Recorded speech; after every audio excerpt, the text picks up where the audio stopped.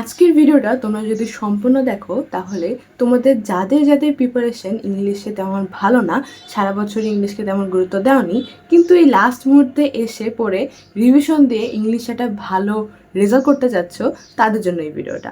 এবং এই 2 দিনে তুমি ফুল ক্যাবে ইংলিশ মানে একদম ভালোভাবে রিভিশন দিতে পারবা, এটাও আমি আজকে তোমাদের এই ভিডিওতে বলে দেবো।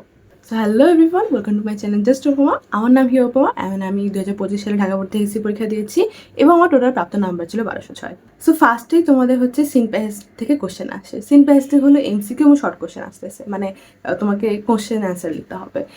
এখানে তোমার একটা জিনিস খেয়াল রাখতে হবে যে তোমার যেন এখানে বেশি নাম্বার কাটা না যায়। আমার সময় আমার স্কুলে সবগুলো পরীক্ষা হলো 10-এ 10 পাইতাম। এমসিকিউ একটু ভুল যাইতো মাঝে মাঝে, যখন হচ্ছে সিনোনিম অ্যান্টোনিমের কোশ্চেনগুলো একটু কঠিন হয়। তোমাকে একটা জিনিস খেয়াল রাখতে হবে যে তোমার যাতে এমসিকিউ এবং কোশ্চেনে নাম্বার কাটা না যায়, কারণ রিটেনে কত নাম্বার দিবে এটা কিন্তু তোমার হাতে নাই। ইংলিশ ফার্স্ট পেপারে যেহেতু রিটেন আইটেমগুলো বেশি, যেমন সামারি, দেন আরও অনেকগুলো যেগুলো আছে, তো এক্ষেত্রে তোমাকে অবশ্যই খেয়াল রাখতে হবে যে তোমার এই যেগুলো জায়গায়, যেমন ম্যাচিং, রিয়ারেঞ্জ, যেগুলো তুমি ফুল নাম্বার পেতে পারো, ওই জায়গাগুলো যেন তোমার নাম্বার কাটা না যায়। তো এমসিকিউতে তুমি কীভাবে ভালো করবা? তোমাদের যেগুলো ইম্পর্টেন্ট প্যাসেজ থাকে, মানে কোশ্চেন আসার সম্ভাবনা বেশি, ওই প্যাসেজগুলো তুমি একদম সুন্দরভাবে রিডিং দিয়ে রাখবা। রিডিং দেওয়ার ফলে কি হবে, তুমি কিন্তু কোথা থেকে এমসিকিউ আসবে বা মানে তোমার একটা ধারণা থাকবে। তো যখন পরীক্ষার হলে ওখান থেকে কোশ্চেন আসবে, তখন তুমি একবার পড়লে তোমার একটা মাথা থাকবে যে কী কী ছিল। বাট তুমি যদি পরীক্ষার হলে নতুন যায় প্যাসেজটা পড়ো, তাহলে কিন্তু তোমার বুঝতে টাইম লাগবে, দেন কোশ্চেন অ্যান্সারও তুমি অত সাজিয়ে লিখতে পারবা না। তো রিডিং দেওয়ার ফলে তুমি হচ্ছে এমসিকিউ মানে ভালোভাবে পারবা, আর হলো কোশ্চেন অ্যান্সারটা মানে তোমার হয়ে যাবে বাসা থেকে।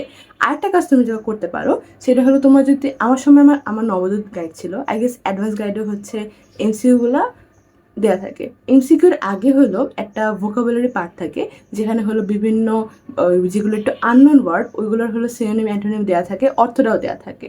তো তুমি চাইলে ওইখান থেকে কিন্তু এমসিকিউগুলো মানে ওই ভোকাবুলারিগুলো পড়ে ফেলতে পারো। এছাড়াও যেগুলো হলো একটু বেশি ইম্পর্টেন্ট প্যাসেজ, মানে সবসময় আসে, মানে আসার মতো তোমাদের জন্য, যেগুলো আমি চেষ্টা করব তোমাদের হলো আমার হোয়াটসঅ্যাপ চ্যানেলে সাজেশন দেওয়ার জন্য, ওটা পাওয়ার জন্য তোমাকে অবশ্যই ডেসক্রিপশন বক্স অথবা পিন কমেন্টে যে আমার হোয়াটসঅ্যাপ চ্যানেলে যুক্ত হয়ে যেতে হবে।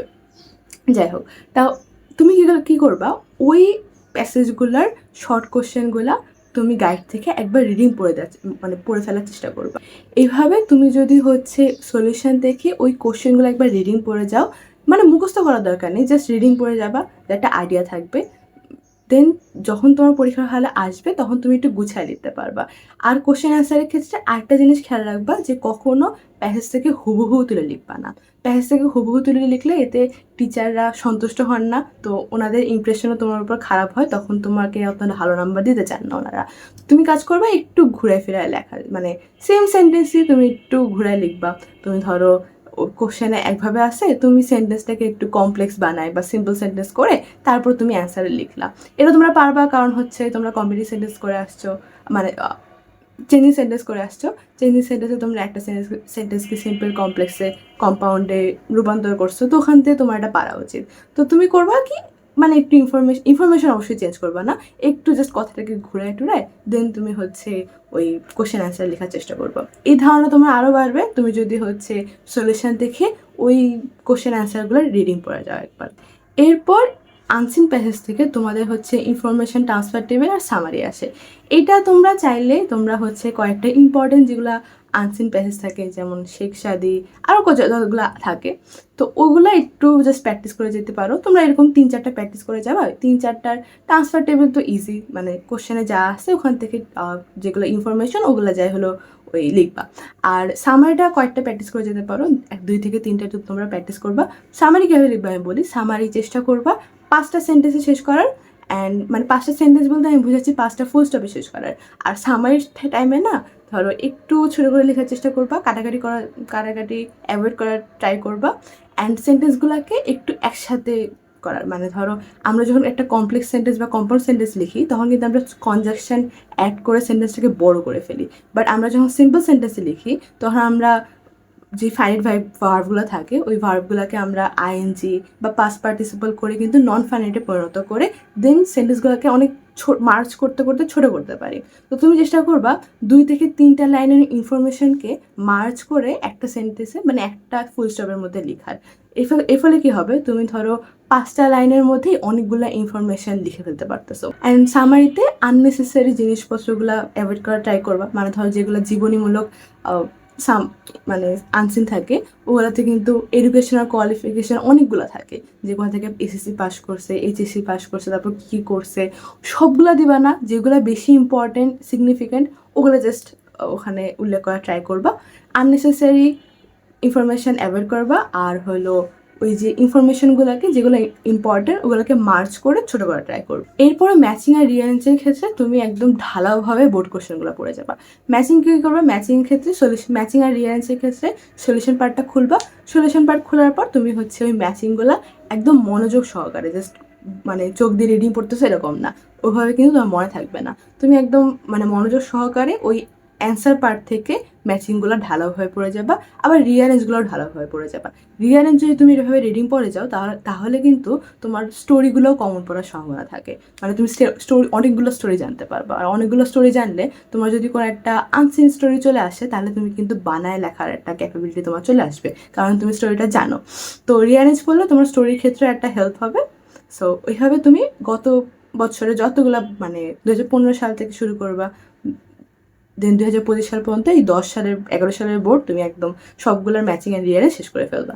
এরপরে পয়েম আর স্টোরির ক্ষেত্রে হচ্ছে তোমরা পয়েমটা ভালোভাবে বুঝে পড়া ট্রাই করবা। আর স্টোরির ক্ষেত্রে হচ্ছে স্টোরি তো তোমরা পড়ে দেন স্টোরি দেখে হলো কোশ্চেন অ্যান্সার লিখবা। দেন যদি আসি রাইটিং আইটেমগুলোতে, রাইটিং আইটেমের হচ্ছে আসে হলো স্টোরি এবং ডায়লগ হচ্ছে তোমরা রিডিং পড়ে যাবা যতগুলো মানে কম, আমি তোমাদের সাজেশন দিয়ে দেবো, ওই সাজেশন থেকে সবগুলো ডায়লগ পড়ে যাওয়ার ট্রাই করবা।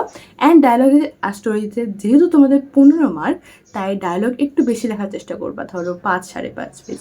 আমি যখন তোমাদের বাংলা সেকেন্ড পেপারে অনেক পেজ লিখতে বলছিলাম, তোমরা অনেকে কিন্তু হাসছিল যে আচ্ছা আপু এত লিখে কী করবো। বাট বাংলাদেশে কিন্তু এখনও তোমাদের পেজগুলোয় নাম্বার দেয়, তোমাদের যত পেজ হবে তোমাদের নাম্বার পাওয়ার পসিবিলিটিসটা তত বেশি হবে, কারণ এখনও লেখার মানের চেয়ে আমাদের পেজ কত ওটাই ম্যাটার করে। সো চেষ্টা করবে অনেক বেশি লেখার। ডায়লগের ক্ষেত্রে অবশ্যই ট্রাই করবে একটা হেডলাইন দেওয়ার, যে তোমার ডায়লগ বিটুইন অ্যাবাউট এভাবে। সো উপরে হেডলাইনটা দিবা, দেন হচ্ছে অ্যান্সার কোশ্চেন নাম্বার 1, দেন আন্ডারলাইন করবা ব্লু কালার পেন দিয়ে, দেন একটা হেডলাইন দিলা। হেডলাইনের পর তুমি ডায়লগটা শুরু করলা দুজনের মানুষের মধ্যে। তো ডায়লগ লেখা তুলনামূলক ইজি। অ্যান্ড ডায়লগে হচ্ছে ফার্স্ট পেজে অনেকে আছে hello, hi, good morning, how are you, এত আজের ইনফরমেশান দিবা না। যেটা নিয়ে কথা বলতে বলবে ওটা নিয়ে জিনিসটা একটু বড় করা ট্রাই করবা। সো তোমরা সবগুলা হচ্ছে বিভিন্ন বোর্ড থেকে, মানে আমি যেগুলো সাজেশন দেবো ওগুলোই হচ্ছে বিভিন্ন গাইড থেকে রিডিং পড়ে যাওয়া ট্রাই করো। আর স্টোরির ক্ষেত্রে যেহেতু তুমি রিয়ালাইজ পড়ছো, তো তোমার স্টোরির ক্ষেত্রে একটা আইডিয়া চলে আসছে। স্টোরির ক্ষেত্রে আর আমি যেগুলো সাজেশন দেবো ওগুলো সবগুলো পড়ে যাও। অ্যান্ড তোমরা ইতিমধ্যে দেখছো কিন্তু যে Bangla second paper, Bangla first paper আমি যেগুলো বলছিলাম ওগুলোর মধ্যেই প্রায় মানে সবগুলো বোর্ডে কিন্তু কমন আসছে। তো ইংলিশ ফার্স্ট পেপারটা হচ্ছে ওভাবে পড়ে যাও। আর স্টোরি লেখার প্যাটার্নের মধ্যে তুমি স্টোরিতে একটা হেডলাইন দিবা, যে ধরো কী আছে থাস্ট্রিকো বা যা কিছু, তারপরে তুমি স্টোরি লেখা মানে শুরু করবা। স্টোরির ক্ষেত্রে একটা জিনিস খেয়াল রাখবা যে লাস্টে তুমি একটা মোরাল অফ দ্য স্টোরি লিখবা। মোরাল অফ দ্য স্টোরিটা জিনিসটা কি, তুমি এই স্টোরি থেকে কী শিখতে পারছো, কী জানতে পারছো। স্টোরিতে আননেসেসারি কোনো রূপকথা গল্প দেবা না, অবশ্যই রেলেভেন্ট দেবা। যে ধরো একটা যদি আনসিন আসে, তাহলে ধরো কোথাও একটা আগুন লাগছে, তারপরে তোমাদের তো একটা মানে শুরু পর্যন্ত দেওয়া থাকে যে, তো স্টোরিতে হুক দেওয়া কোনো বা নিজে থেকে ফার্স্ট লাইন লেখার তোমাদের সুযোগ থাকবে না, তোমাদের ফার্স্ট তো দেওয়া থাকবে। তো তুমি তারপর ওখান থেকে শুরু করবা, একটা রিলেভেন্ট দেবা। এবং বানানোর ক্ষেত্রে এমন একটা জিনিস বানানোর চেষ্টা করবা যেখান থেকে তুমি একটা মোরাল অফ দ্য স্টোরি আনতে পারতেছো, মানে স্টোরি থেকে তুমি কী শিখতে পারলা এরকম কিছু লিখতে পারছো। দেন লাস্টের মোরাল অফ দ্য স্টোরি দিয়ে স্টোরিটা শেষ করে ফেলবা। স্টোরির ক্ষেত্রে হচ্ছে তুমি 3 পেজ লিখতে পারো, 3 থেকে 3.5 পেজ। আমার সময় 10 নম্বর ছিল এবং আমি 3 পেজ লিখছিলাম, আর লাস্টে moral of the story লিখছিলাম। Moral of the story লিখতে গেলে তখন 3.5 পেজ হয়ে যায়। আর সো তোমাদের যদি 15 নাম্বার একটু বেশি লেখা ট্রাই করতে পারো, বা 3 পেজ এনাফ আই গেস। স্টোরির ক্ষেত্রে এত বড় করার কিছু নাই। সো এই ছিল রাইটিং প্যাটার্নের হলো ফরম্যাট, যে তোমরা কীভাবে লিখবা। ডায়লগটা সুন্দরভাবে লেখার চেষ্টা করবা, আর স্টোরি হলো আমি যেভাবে বললাম ওভাবে লেখার ট্রাই করবা। এবং তোমাদের যদি কারোর আজকের মধ্যে বা ধরো মানে তোমরা বুঝতেছো যে তোমাদের পড়া শেষ হয়ে যাবে, যেহেতু ইংলিশ ফার্স্ট পেপারে অত পড়া থাকে না, তোমরা চাইলে কিন্তু ইংলিশ সেকেন্ড পেপারে একটু আগে রাখতে পারো। কারণ ইংলিশ সেকেন্ড পেপারে হচ্ছে একদিনের বন্ধ, মানে তুমি যেদিন পরীক্ষা দিয়ে আসবা ওই দিন আর ওদিনের অর্ধেক দিন আর একদিন বন্ধ। তো ইংলিশ সেকেন্ড পেপারে একটু পড়া বেশি, একটু বেশি প্র্যাকটিস করা লাগে গ্রামার আইটেমগুলোর কারণে। তো তোমরা চাইলে অনেকগুলো গ্রামার আইটেম কিন্তু প্র্যাকটিস করে রাখতে পারো। যেগুলো তুমি একটু ভালো পারো ওগুলো হচ্ছে ওই দিন করো, আর যেগুলো একটু কম পারো, যেমন ধরো right form of verbs, then changing sentence, এগুলো অনেকে একটু কম পারে বা এটা একটু প্যারাদায়ক, সো ওগুলো হচ্ছে তুমি এই ধরো আজকে বা হ্যাঁ আজকে হলো ওটা একটু রিভিশন দিয়ে রাখতে পারো। আজকের ভিডিও তো তোমাদের জানাইও তো যে তোমাদের আর কোনো সমস্যা আছে কিনা, অবশ্যই কমেন্ট সেকশনে বা আমার হোয়াটসঅ্যাপ চ্যানেলে আমি একটা পোল দেবো, তো ওখানে হচ্ছে জানাও যদি তোমাদের আরও কোনো সমস্যা থাকে, তা আমি ওটা নিয়ে ভিডিও বানানোর চেষ্টা করবো। অ্যান্ড সো এক্সাম ভালোভাবে দিও। অ্যান্ড আই গেস ইতিমধ্যে তোমরা বুঝতে পারছো যে এক্সাম হলে আসলে এরকম কখনো হয় না যে আচ্ছা কিছু পারি না, পারতেছি না। এক্সাম হলে এরকমই হয় যে আচ্ছা সবই পারি কিন্তু লিখে দিয়ে আসতে পারতেছি না, বা পরীক্ষা ভালো হচ্ছে না, অথবা একটা নার্ভাসনেস কাজ করতেছে। তোমরা যখন আমাকে বলছো এটা, অ্যান্ড আমি এটা রিলেট করতে পারছি কারণ আমারও এমন হয়েছিল। বাট আমি এইচএসসি মেন্টরশিপ 25 ব্যাচে এনরোল ছিলাম সায়েন্স বেকারির, অ্যান্ড এটারই এখন বর্ধিত রূপ হলো হচ্ছে টিম তাণ্ডব।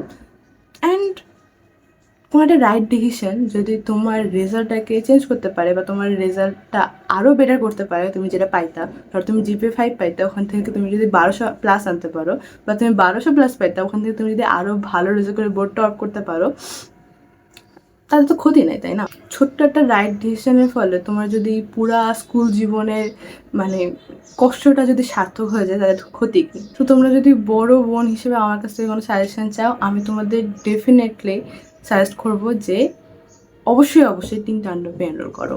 অ্যান্ড তোমাদের জন্য এখন একটা গুড নিউজ আছে যে তুমি যদি আমার নাম ইউজ করো then you will get a discount. So দেরি করো না। অ্যান্ড সামনেই তোমাদের সায়েন্সের সাবজেক্টগুলোর এক্সাম আসতেছে, যেগুলো তোমাদের জন্য অনেক ইম্পর্টেন্ট অ্যান্ড যেগুলো তোমার নাম্বারকে কিন্তু বাড়াতে আরও হেল্প করবে। সো ডেসক্রিপশন বক্সে ওনাদের হচ্ছে ফেসবুক পেজে লিঙ্ক আছে, বা তুমি ওনাদেরকে চাইলে মেসেজ করতে পারো, যে কোনো সমস্যায় মেসেজ দেম অ্যান্ড এনরোল। আল্লাহ হাফেজ।